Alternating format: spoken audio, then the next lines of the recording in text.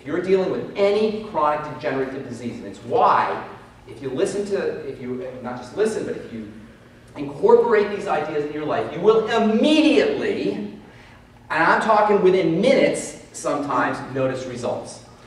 Within minutes, because all you're doing with these steps is you're reversing this disease process and allowing the body to do what it does, what it knows how to do. The body knows how to be healthy.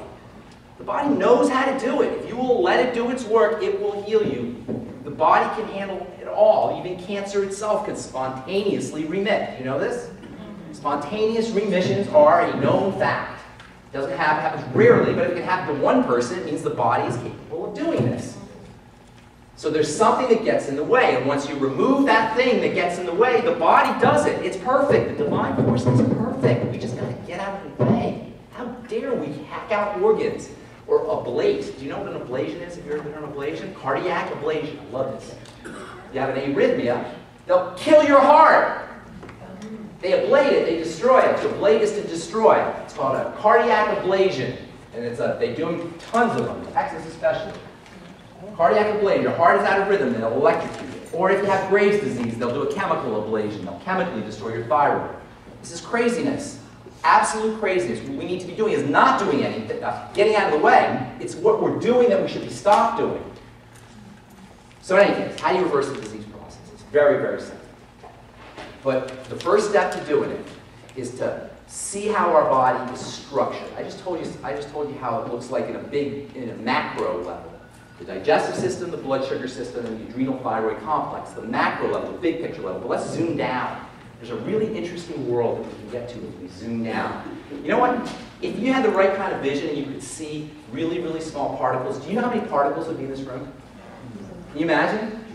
Can you imagine this? The world at the micro level. Do you ever see pictures of what your hotel bed looks like? Right? I try not to think of that because I stay in a lot of hotels. You know, this is where God comes in really handy. Just trust the force, you know? Because if you thought about what you were sleeping on, the microscopic world, there's these books you can get of electron microscopy. You guys know what that is? Electron microscopy.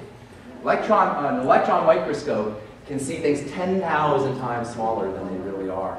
And they were invented in the 30s, 1930s really.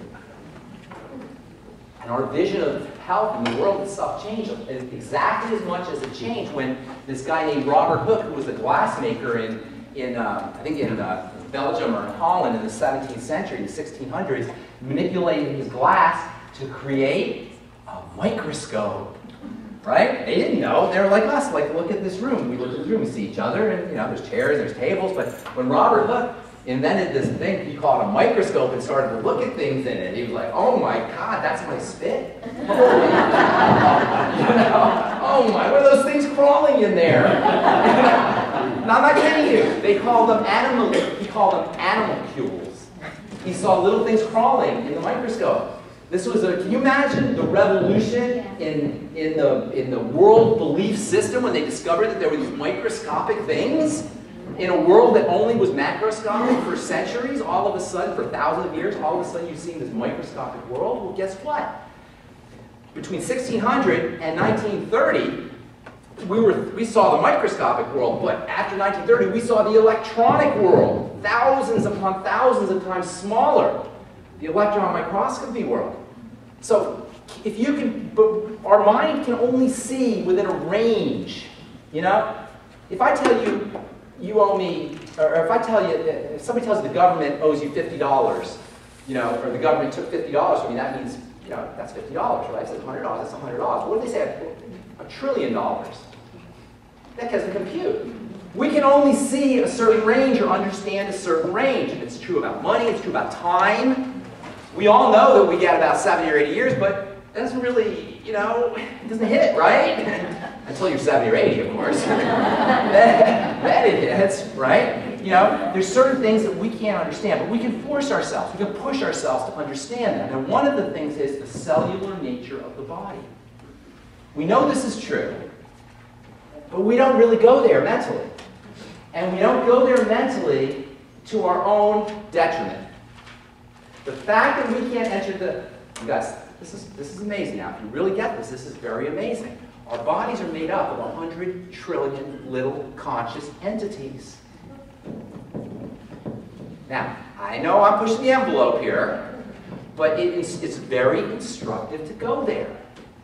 To picture, on some level, it's very difficult, even if you can, nowadays, one of the real cool things about the internet is you can picture things because there's all this video out there. To actually go there to understand that we're composed of 100 trillion little entities. And why is that important? It's important because at the end of the day, even though I just gave you the triangle of disease, at the end of the day, all disease is cell disease. All disease is cell disease. And it doesn't matter how it shows up. It matters that it shows up. It doesn't matter that it shows up as your particular flavor of disease, ankylosing spondylitis, or muscular dystrophy, or multiple sclerosis, or hidradenitis suppurativa, or whatever Latin name they want to give it. It doesn't matter. It's somewhere. Cells ain't doing their business. A cell is not doing its business. A cell is sick. But if we don't understand that we're made up this way, that we're structured this way, we will allow them to take our gallbladder. We will allow them to ablate our thyroid. We will allow them to kill our heart. If we don't understand that it's a heart cell that needs to be healed. Amen. You understand this? It's a heart cell that needs to be sustained every bit as much as its parent, which is you, needs to be sustained. A cell is a microscopic version of you. And the things that go wrong with a cell on the microscopic level are the things that go wrong with us on the macroscopic level, on the big picture level, and it's not a lot of stuff. I'll tell you what those things are in a second. I want you to get an idea of what a cell is. A cell is not just this small little thing. A cell is constantly emitting and secreting things. In fact, we're not just made up of cells, we're made up like raisin bread. We're made up of, the way raisin bread is made up of raisins and stuff bread, we are made up of cells and stuff. They call it the extracellular matrix, technically, the ECM, but whatever, it's stuff. And the stuff comes out of the cell. And in the healthy system, the stuff comes out of the cells at a rate and a pace and an intricacy and a coordination that is not even, I can't even understand. I can't go. I don't know how that happens, but the more you know about it, the more you become just spiritual, put it that way. Okay? Because it is so magnificent and so tightly regulated and so efficient and so perfect, it's just beyond belief. But in order for these cells to be able to do this, and by the way, when we talk about a cell, you're talking about a structure that's roughly 1/100th the size of the head of a pin, and that has millions upon millions of working parts in a space that's 1/100th the size of the head of a pin. And if you looked at a cell, all you would see is a little blob. It looked like a little blob. But this little blob, to the electron microscope, via electron microscopy, which we only knew for about 70 years, this little blob is so tightly structured and organized and nano-architected that this exact same structure in one cell you'll find in multiple cells. That's how tightly regulated it is. And this little entity that's 1/100th the size of the head of a pin is coated with a coating of oil. It looks like oil, but it's in essence a computer chip. And it conducts information exactly like an information processor does. And yet all it looks like, is this just me? Come on. How is this? Who came up with this? Who came up with this system, right? It looks like oil, but it's a computer chip, and it processes information, and it directs the information to the interior of the cell, which then makes things in response to the information that it passed through. This is staggering. We should all be on our knees just with jaws dropped. You know, this should be on the front page of every paper, not whether a bridge blew up in Sri Lanka yesterday. That's what I saw. A bridge blew up. What do I need to know about this stuff? This is what we consume ourselves with, and we have this majesty and this miraculousness that's sitting right under our noses, and that is our noses. So the outside of the cell is communicating to the inside of the cell. All of this is requiring an incredible amount of intricacy and structure and coordination and regulation, and it's all tightly regulated, unbelievably controlled and regulated. And in a perfect world, it does its business perfectly. It needs nothing. It's wonderfully organized, and you don't have to think about it. However, over the course of time, as you get this breakdown, which starts with the digestive system, and the blood sugar system starts to break down, and then your adrenal glands kick in, and then you get this vicious cycle, and you're not getting nutriated appropriately, and toxins are getting into the blood over and over and over again for the course of months, and then years, and then decades. Eventually, what ends up happening is you get these little pockets of disease that the body has figured out a way to sequester. You get these toxic areas from all the stuff that's getting into the blood through the broken down digestive system, all the accumulation of damage from sugar, from the high blood sugar, low blood sugar roller coaster, all occurring in an environment of shut down healing and just suppressed recovery, and then more digestive problems over and over and over again. Eventually you get these pockets of death and pockets of disease. And in these pockets of disease, what you have is cells that are not able to get nutriated. So you've got this wall, the body's walling things off. And by the way, does anyone know the technical term for the wall? It has a fancy schmancy name, does anybody know? It's called inflammation. That's what the wall is. The inflammation is the body building a beaver's dam around a toxic area that is following this triangle of disease. So the body starts to wall things off, and you get these areas where cells aren't getting fed, and cells aren't getting oxygen, and cells aren't able to detoxify, to clean out.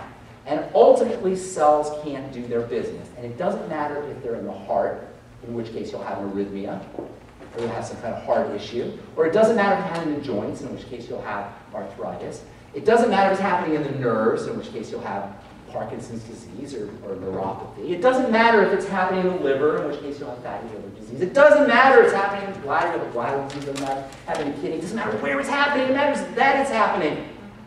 The only people who care where it's mattering are called specialists. And that's what specialists do. When we all figure this out, when we all understand that the disease process is generic for all of us, it starts with the digestive system, it goes to the blood sugar system, it works at the adrenal thyroid complex, and then ultimately cells can't do their business, and it doesn't matter where it's showing up, it matters that it's showing up. When we finally get that message, there's going to be a lot of unemployed specialists. Okay? They're going to have to get a real job. They're going to have to produce something because you don't need specialists. It's generic. We're all generic. And the good news is the healing process is generic. So you've got these little pockets of cells that aren't doing their business. Ultimately, by the way, the worst thing that a cell can do when it's totally, excuse my French, pissed off, is it will start to divide like crazy. It will go rogue. It won't listen to its neighbors any longer. It'll suck up all the nutrients. Guess what that's called? Cancer. A cancer is a cell. Cancer is caused by a group of cells that are at their wit's end. They have just don't know what to do. They're like a child that's been abused. And I'm not kidding you. They're rogue cells, literally. They're rogue. Remember that all this is requiring a little bit of, all this requires coordination. All this requires a tight regulation. Cells go cancerous when they've been completely shut down on nutrition and oxygen, and the accumulation of toxic acid waste has gotten to the point where they just freak out and they go backwards in evolution.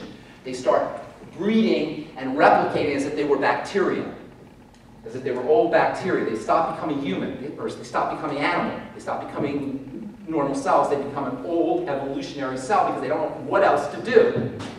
And that's what a cancer cell is. That's what cancer is. You don't need a cure for cancer. That's it. No mysterious cure for cancer.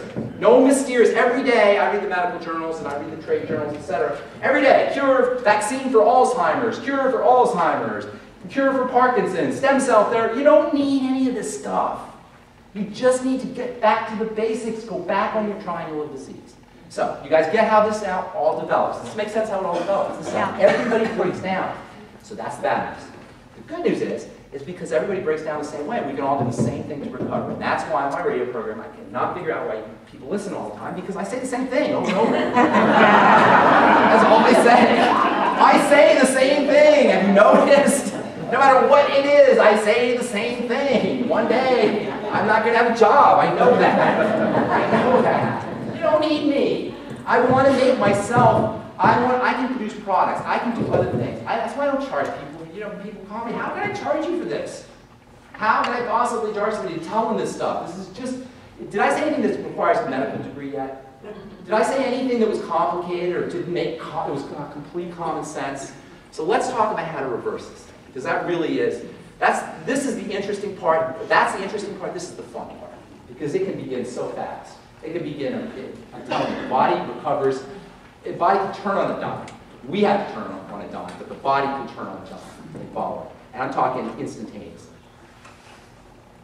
If you don't believe me, you can just do one thing, just to prove this to yourself. You have to do more than this, you can't do this all the time, but for anybody who's dealing with an inflammatory issue, which is what all issues are, okay, now the doctors are all hip to this, they're saying, well, all disease is inflammation. Well, no kidding.